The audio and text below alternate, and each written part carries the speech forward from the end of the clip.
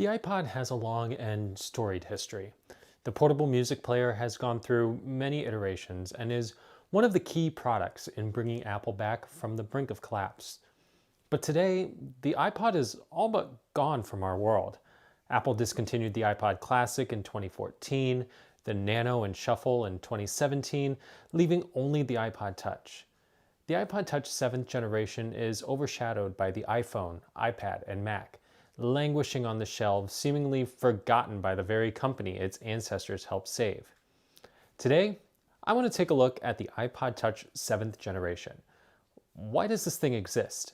Who is it for? And should you get one? Hi there, Tim here, and welcome back to my channel. Today, we're taking a look at the current generation of iPod Touch, a device that hasn't been updated since May 2019. Now, that might not seem like too long, but inside this device is a chip from 2016, the Apple A10 Fusion, which debuted inside the iPhone 7. That could either be a good or a bad thing here. Good in that it shows just how powerful and long-lasting Apple's chips are. Bad in that it could mean someone purchasing this today would only get a couple years more use out of this before Apple decides to kill it.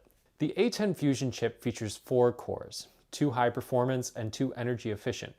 One interesting thing about this chip is that it can only have one type of core active at a time, either the high performance or energy efficient, never both. This makes the A10 Fusion chip act like a dual-core chip in software and benchmark tests. The iPod Touch comes in 32, 128, or 256 gigabytes of storage and a range of bright, fun colors. Red, blue, and pink accompany the usual Apple staple colors of gold, silver, and space gray. An 8-megapixel camera capable of 1080p video recording sits next to the LED flash on the back, with a 1.2 megapixel potato on the front for selfies or FaceTime calls. The 4-inch screen is small but still a beautiful Retina display, pushing 326 pixels per inch and an 800:1 contrast ratio. For comparison, the iPhone 13 Pro's screen is at 460 ppi with 2 million-to-1 contrast ratio. Videos still look good on the screen, even if it is tiny. It kind of reminded me a bit of watching full movies on my iPod Classic's 2.5-inch screen. It's usable, but not recommended for the long term. There's also no Touch ID or Face ID here. For security, you'll have to use the old-fashioned passcode. The iPod Touch 7th generation was released via press release just a few months after Apple announced its Apple Arcade service, which lets subscribers access hundreds of games with uninterrupted, unobtrusive experiences by excluding what many see as staples of popular, primarily free-to-play mobile games, such as in-app purchases and advertisements. In fact, it's marketed on Apple's website as fun at full speed. The entire overview page is focused on gaming and augmented reality. There's no mention of productivity, work applications, nothing, just fun and games. So it's clear that this is marketed mainly at kids, mainly those too young to have a full-fledged iPhone. It's still able to do the majority of the things a full iPhone can do, like install apps from the App Store, surf the web, do email, FaceTime, and text messaging using iMessage when connected to Wi-Fi.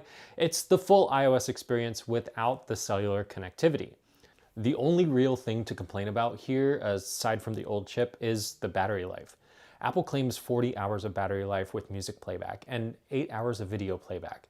But in the real world, you'd be lucky to get anywhere close to that. I was able to get just under 4 hours of mixed moderate use here with the screen at half brightness. Playing Apple Arcade games, light web browsing, watching videos on YouTube, aside from being maddening on such a small screen, pushes this device to its limits. It's clear that iOS 15 will probably be the final software we get here, or it'll require some serious tweaks on Apple's part if they want to get iOS 16, because this thing is slow.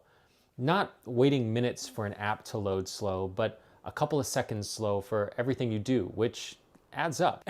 And it gets hot, fast. Playing Fruit Ninja on my 32 gigabyte model caused the iPod to get noticeably warm after just a couple minutes of gameplay. Safari and Apple's own Mail app too. Loading web pages is slower than we're used to on modern devices, which I guess this kind of is, but anyway, it works.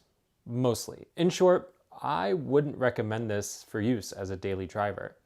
In fact, we should probably be worried that Apple requires you to actually make an effort to find the iPod Touch on their website.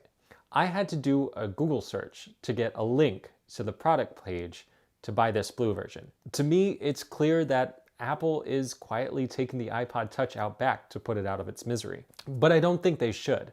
There are still a few use cases for the iPod Touch. In fact, here's a couple. First, kids. Kids break things. The iPod Touch is a thing that is cheap and fairly durable. You can toss it in a backpack and not worry too much about it getting completely ruined. It connects to Wi-Fi, so a child can connect to it at school or out with friends and can still keep in touch with parents or other friends in the iOS ecosystem. It could be a great tool for a kid to gain their independence while showing responsibility and building up to their first phone. This is smart of Apple in that it grows loyalty at a young age. Once a kid is hooked on Apple, it'll be hard for them to go elsewhere. Second, businesses. Businesses such as event spaces, theaters, concert halls, restaurants, and bars, they all have use cases for iPod Touches, from scanning tickets to entering orders tableside. There are a ton of accessories that allow these places to use the relatively cheap iPod Touch in a variety of applications. Third, adults. Yes, there's still a reason for grown-ass adults to have an iPod Touch. Distraction reduction. Now, I know what you're thinking. It has all the features of an iPhone. How does it help reduce distraction? Well, for one, it's Wi-Fi only. You can't connect to the internet while out and about without actually really putting in effort into it. What's great is that you can load up your podcast or audiobook, download a game, your music, etc., connect your wired, yes, there's a 3.5mm headphone jack, or Bluetooth headphones, and you're off with no annoying emails, text messages, phone calls, anything breaking your focus.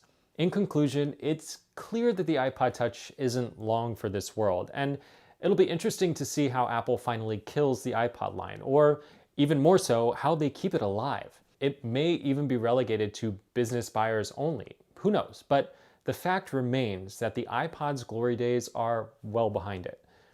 As Apple continues to grow and innovate in other spaces, I hope it pays tribute to the devices that got it to where it is today and left an unmistakable mark on technology and culture to this very day. Thanks so much for watching. If you like this video, please be sure to like and subscribe and hit that bell notification to make sure you get notified every time I post a new video. I have so many more videos like this one in the works, and some of which were hinted at in this video. And if you are actively using an iPod Touch, let me know your thoughts in the comments down below, or let me know if I missed any other possible use cases for this tiny device. Thanks for watching, and I'll see you in the next one.